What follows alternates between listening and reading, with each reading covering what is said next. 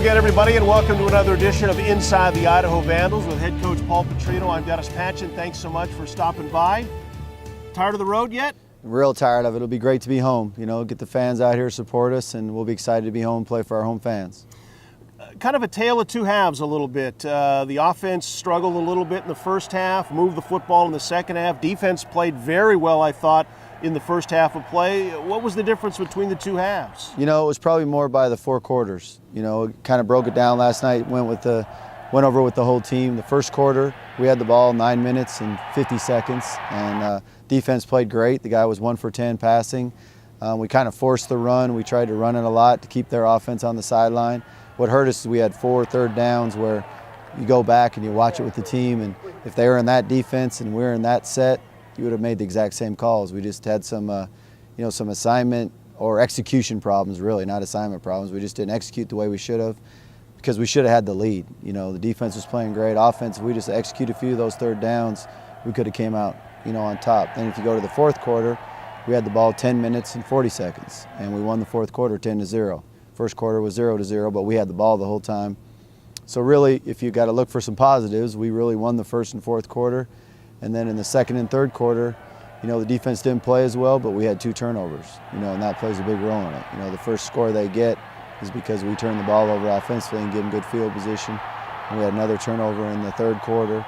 And so those were the 2 quarters we got beat real bad in, but we won the first and fourth quarter, so that's what we got to have confidence that we know we can do it now. Now we got to go out and put all 4 quarters together, and we got to execute the third downs that we did not execute in the first quarter. How did the weather delay affect your team? A half an hour midway through the second quarter where they basically couldn't play, couldn't do anything. How did that affect you? We were moving the ball going into it. We came out the first play. We had 2nd and 3. We talked about it at halftime. It was kind of like a halftime. Right. We treated it like a halftime. We scripted our first set of plays. We were going to take a shot on the first play when we got out there unless it was a pressure. It was just one guy coming, so it really should have still been protected. But if one guy was coming, we were going to get to another play. But regardless, Chad's got to throw that ball away and not take a sack. Then it's 3rd and 3, and we're in good position. But, we didn't come out of it very well. That's something we got to still grow. There's still a lot of things we got to improve on, but we got to build on what we did do better and then have a great week of practice and get a win when we come home.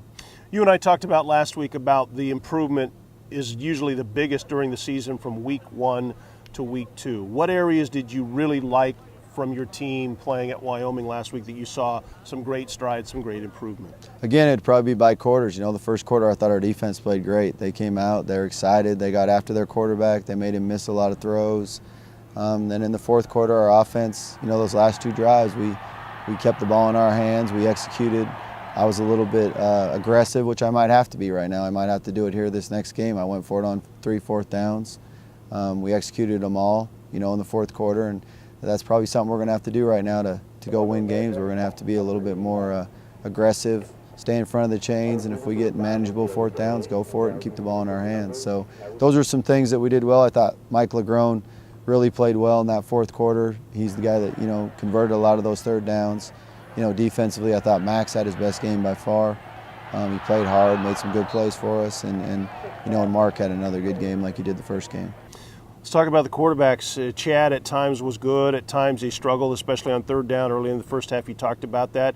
Are we now into a rotation with your quarterbacks? I just think right now it might take both of them. Chad's still the starter. Chad's going to play the most. But right now, just because they have to do so much until we start playing better up front, they're running for their lives at times, and they gotta. There's just a lot of pressure on them. I think it'll help to have him come on the sideline, relax at times.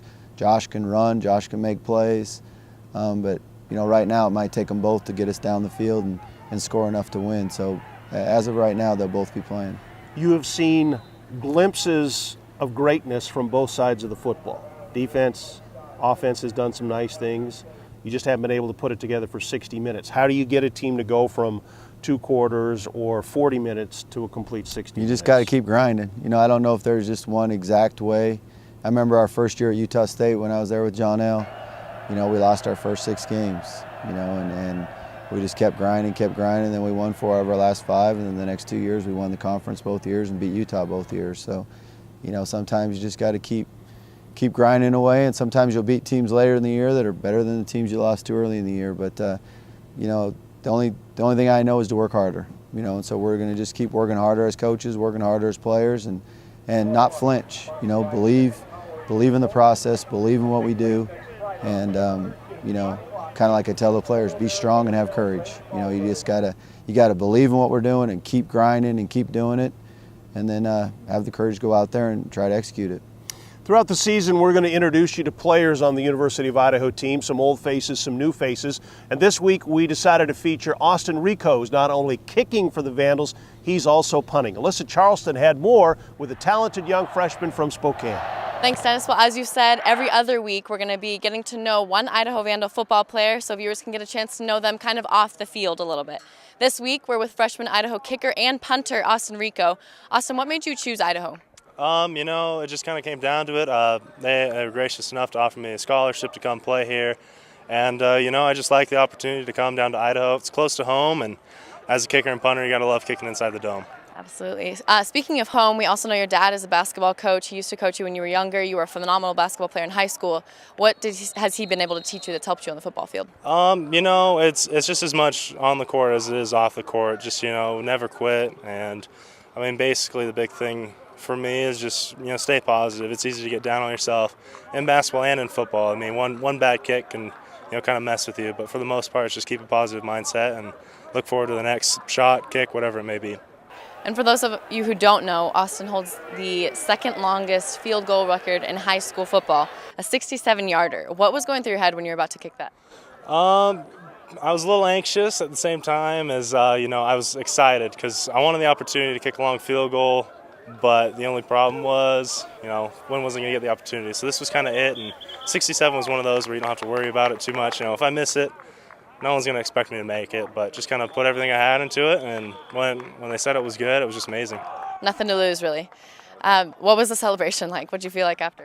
It was short-lived, kind of. You know, I didn't really think much of it. You know, all the teammates were hyped. The biggest thing was we put it into overtime with that kick, and then we ended up winning it in overtime. And then, you know, that's when the celebration kind of started. We went to our little tailgating thing, and sure enough, it got onto Sports Center, and it just completely blew up after that. It's a pretty cool feeling, I can imagine. So we know you can kick long 67-yarders. What does it feel like kicking onside kicks that are shorter? You know, I enjoy the onside kick. I mean, it's just kind of a talent you have to acquire, I guess. And with the whole two-bounce rule now in college, it's a little bit more difficult, but just kind of one of those where it's just, you know, you play a little game with yourself, you just kind of get it perfect. And, you know, we had a great one against North Texas, popped up perfectly, and that's just what you want as a kicker. So. Any superstitions when you step on the field? Anything you have to do before you kick?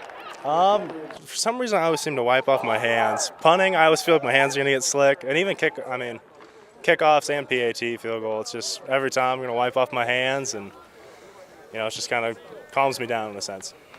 That is freshman kicker and punter for Idaho, Austin Rico. Austin, thanks for joining us. Back to you, Dennis. Thank you, Alyssa. Coach, what did you see in recruiting him and bringing him to this campus? You know, he's just a winner. He was a great basketball player in high school.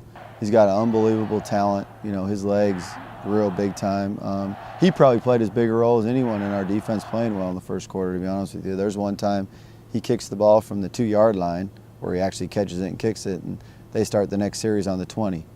You know, we put him inside the 10 twice.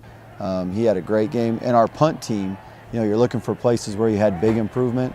The whole team actually was a team that didn't play very well at North Texas covering, and they had a great game at Wyoming. That team played really well. We put a couple different guys on the team, put Solomon on there. Trey Williams was back, we put him on there. Justin Parkins was on there. And those three guys made a big difference and really got down there and covered well and did a good job.